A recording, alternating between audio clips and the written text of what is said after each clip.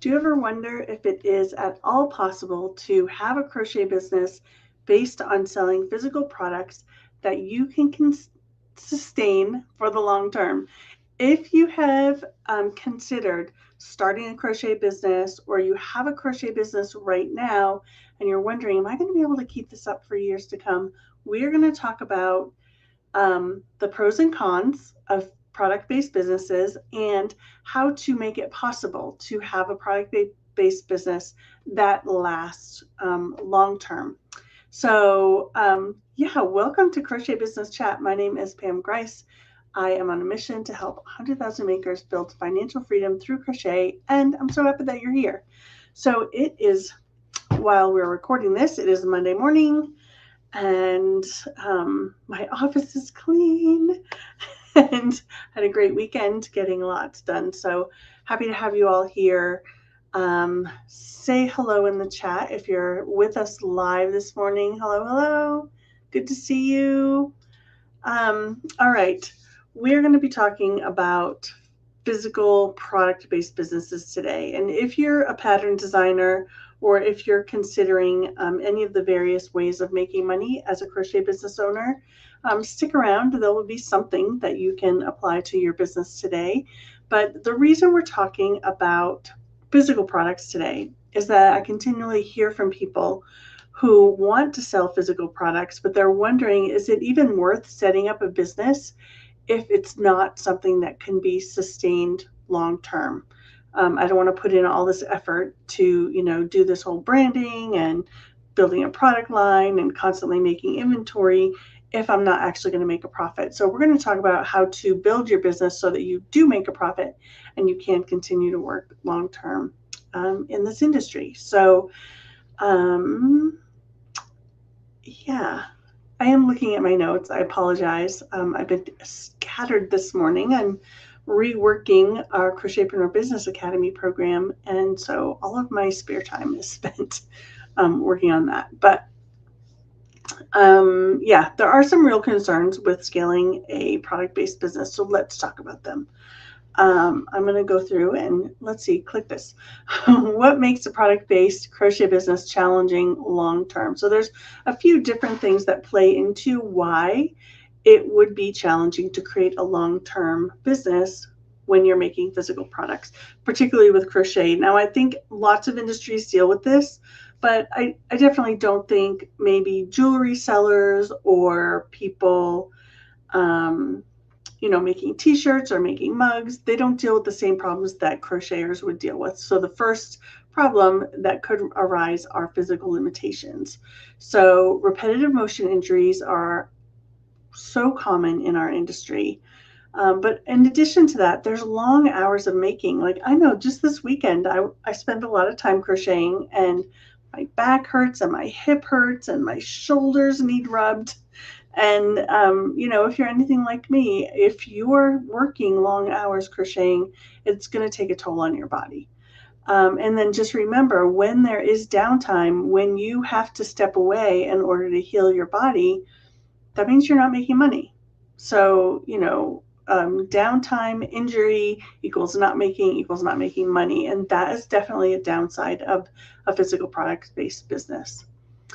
Another one is the whole time for money business model. So, your ability to make money is totally dependent on the time that you can devote to your business. So if you have time to make, you have time to make money, you have time to sell, right? But if you don't have time to make, if you sell pre-orders, now you don't have time to make them, right? Or if you need to build inventory, you don't have time to build your inventory in order to make your sales. So that, it's this thing where you're always dependent on time, which brings up other issues we'll talk about in a minute. Basically, your ability to scale your business is tied to physical productivity, which is tied to time. Time is the one thing that we cannot regenerate. It is a linear thing, and once it's gone, it's gone. So, yeah, that's one of the downsides. Another one, and we will talk about solutions. So don't think I'm just harping on the negatives. Okay, and another downside is the strain that a physical products-based business puts on relationships and lifestyle. So you're going to find yourself working weekends. So when your friends are out having fun, or, there's holiday parties and things that are happening, you're going to have to stay home and work. Typically that's what happens. Or if you're doing craft fairs, your craft fairs are happening at the same time, your best friend's baby shower, or other fun things that are going on, you're going to miss because your craft fairs are on the weekends. Also working nights, especially if you have a full-time job, most of your time is going to be done. Most of your productivity is going to be at night. And so that's another strain that puts on your relationship, is you're not spending time with the people that you care about. Sorry, I might sneeze. Okay, so missing events, and then holidays become work days, because anytime you have available to work, we typically fall into that pattern of my time is available, I should be working so that I can make money, right? So we start to lose that connection with the people around us, and we lose that fun in life. And so we want to make sure that doesn't happen. Another issue is life happens, right? And like I said, time equals money. And when life happens, you have to step away from your business. And that might mean illness of you or a family member, could mean emergencies, or it could mean good stuff like vacations or your children's school activities. At that point, you have to make a choice. Am I going to do the vacation, or am I going to do the work? And a lot of people get into this place where there's financial desperation or financial need, and so they're sacrificing, the things that bring them joy in life so that they can make money with their business. There's no safety net when you have your own business, and that can lead to mental and emotional burnout. Doesn't have to, but it can. Okay, and then finally, the last problem I came up with as far as starting a physical products-based business is financial bottlenecks. So there are costs associated with having a physical products-based business. And I mean, first of all, it's the supplies. If you're doing a ready to ship or you're doing craft fairs, you need to have inventory, and the inventory takes an upfront toll on your finances. So there's that. Right? So the cost of inventory. Then you have the cost of contract crocheters. If you're not able to do it all yourself and you need to hire somebody, that comes with a cost. And if you're not pricing your products properly, your profit is going to your contract crocheters rather than into your own pocket. And there are already slim profit margins in our industry. So getting your pricing right is going to be pivotal. And I do have a free product pricing calculator. If it's not in the description as we're watching this live, it will be in there shortly. I'll put it in there right after this if it's not there already. But yeah, I do have a product pricing calculator for you that's free. I just actually built a custom AI product pricing calculator, but I'm trying to figure out how to get that to you. So that will be coming as well. And then inconsistent income. So because you have a product-based business, there are going to be high points and low points, and your income is not going to remain consistent and predictable. So the big question is it viable? And the answer is yes. So it is. And so, yes, I just talked about a bunch of negative things, but those are things that you must know, the negative, the downside in your business, so you can set boundaries and make sure that you can take care of those and ensure that your business is sustainable long term. So the most important piece of building a long-term profit-based crochet business is strategy. So your product-based business can work long term.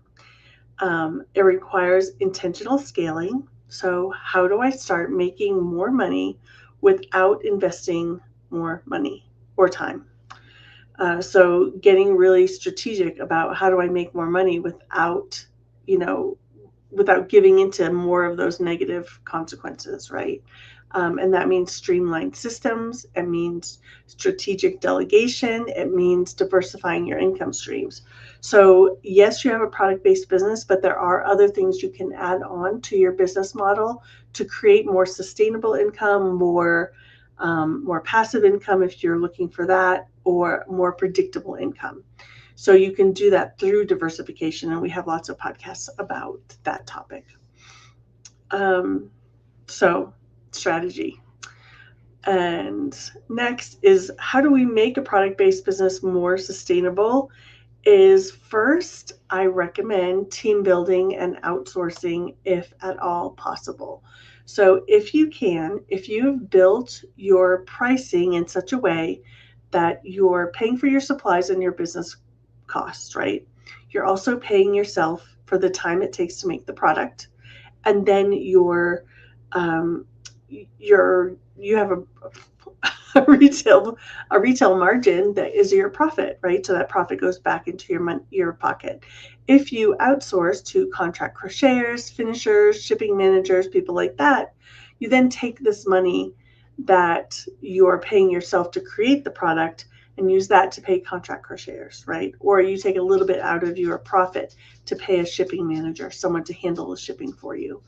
And so you still get to keep some money, but you're not putting in as much time into the business. And so you start to scale exponentially because you're investing in your business. Other things are standard operating procedures so that you can train and delegate to team members. You could have a virtual assistant who helps with your marketing and those kinds of things. Next is strategic planning. So plan months in advance. So you're not saying, oh, I have a craft fair next week. What should I make for my inventory? You're looking months out. You already have your craft fairs booked. You already know sort of how many people are going to be at these craft fairs. You've already set your goals for how many sales you want to make. And then you plan your inventory around that, and you start working on it several months in advance. I really recommend the book, The 12-Week Year, to help you do that planning. It breaks it down into monthly, weekly, daily tasks to get your things complete. And then price properly. So your prices must match your business needs. If your prices don't cover the cost of your business, pay you for making the product and then give you a profit, you are not building a business. You have a really time-intensive, cost-prohibitive business or hobby, and we don't want that for you. If you want to build a business, you need to start looking at, does my pricing match my business needs? And then finally, streamlined product creation. So as you're looking at what products am I going to create for my fairs, you're tracking from fair to fair, what colors are popular, what products are popular. Make more of your best sellers to bring with you so that you have more to sell of what people want. The things that are not selling, keep track of that and don't make as many of those, or don't make them at all, because they're sort of a waste of time, right? So we want to focus on those things that are selling. Use patterns that are quick and that are simple. This is going to cut down on your time needed to make the item so that you can increase your profit margin without increasing the time that you're expending making that product.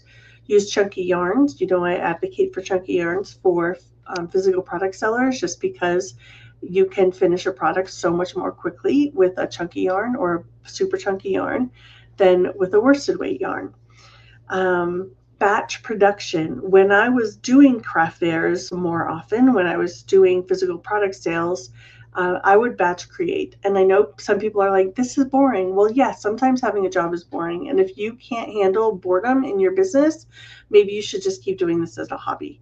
If you can handle, I have a goal, and my goal is to make 10 scarves today, and you just work towards that goal and you batch create scarves, it's going to get you to where you want to go for your bigger goals of putting money in your pocket, paying for bills, paying for vacations, etc. Sure, it might be boring, but you can put on Downton Abbey, or you can put on Gilmore Girls, or you can put on whatever Bridgerton show that you enjoy and binge watch while you're making, and just make the same thing over and over. For me, it's faster that way because I can just line up all the yarn I need, sit on the couch, and batch create a single pattern. So you get it, you memorize it, and your body just goes and does it. For me, that was the best way to do it. So I would make 10 hats today, 10 scarves tomorrow, 10 fingerless gloves the next day, however I wanted to do it. And then I would, my inventory would just grow that quickly. Simplify your color palette so you don't have to make so many, or your customers don't have so many decisions to make when they're buying.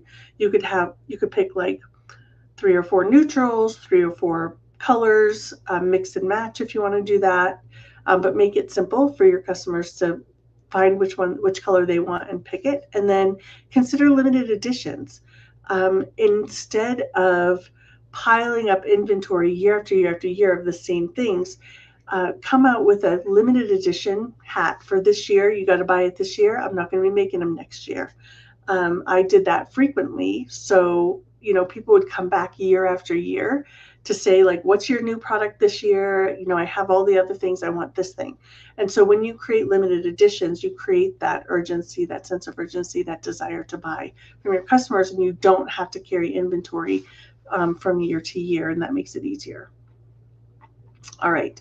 Next is diversify to protect your income. So when you have a product-based business, if you only have a product-based business, your income is always going to be in jeopardy because life happens, illnesses happen, natural disasters happen, things happen that keep you from being able to make your sales. But when you diversify your income, now if something happens to this revenue stream, now you have this revenue stream, or you have this revenue stream, and those things all work together to create a more consistent, more predictable income. So things you might offer are, you have your products that you're selling. You might start to sell the patterns that you design for those products. You might start teaching other people. You might create bundles or collaborate with other makers.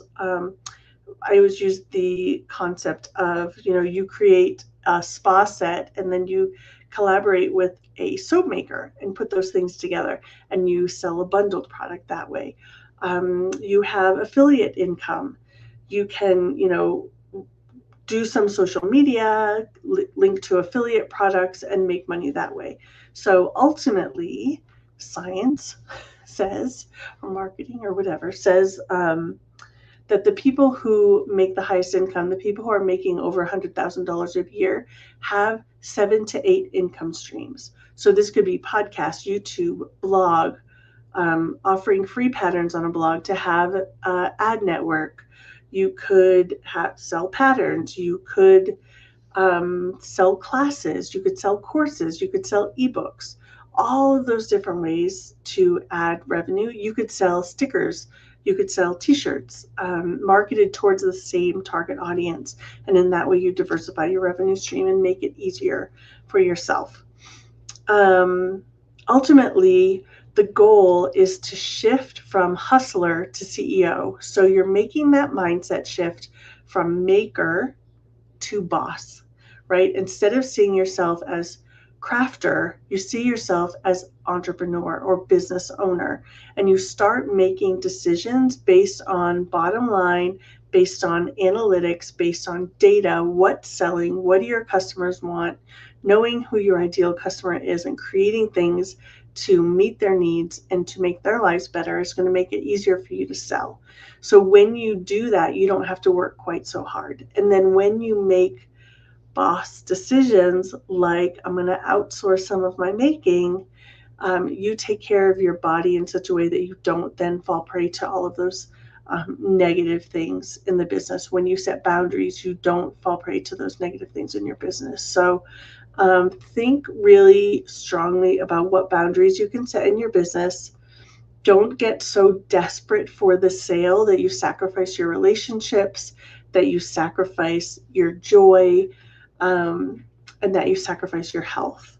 So I want you to really, really think about that as you're building out your business. I would love it if you would share your own biggest struggles in the comments, and I'll go look at those. If you're listening on replay or watching on replay, go ahead and leave your biggest business struggles in the comment section, or yeah, I guess we all have comment sections in the blog posts. And I will come back and address those in future podcasts if we have problems that we see that a lot of people are having the same problems. And be sure, again, to grab the handmade product pricing calculator if you don't have it already. Anyone who has the pricing calculator, I will be sending you a link to the AI product pricing calculator, where all you do is plug in a couple numbers and it spits out really great information for you. That is in process. I mean, it's built. I just got to figure out how to get it to you. And just remember, product-based businesses are viable, but only when you have strategy, support, and you shift your mindset from hustler to CEO mode. So I appreciate you all for being here. Be sure to like this video so it's pushed out to more people. Subscribe for more crochet business tips. And join us next week for another episode of Crochet Business Chat. I will be creating that episode off of one of your questions or one of your struggles that you post in here today. So again, I might sneeze. I apologize.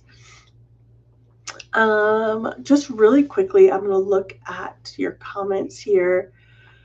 Glad to be here. Good morning. Hi. This is timely for me. I'm currently frantically trying to finish a custom commission piece for a deadline. That's Sarah Dawn. I hope you get it done. All right.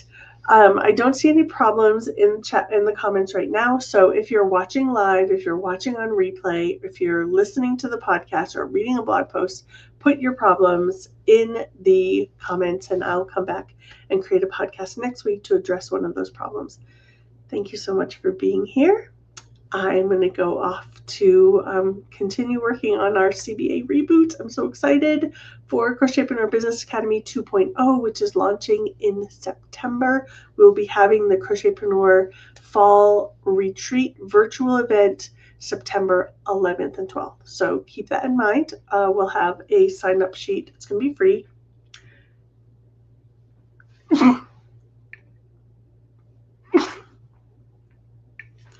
Sorry, it's going to be free September 11th and 12th. I hope you will join us. It's going to be a blast.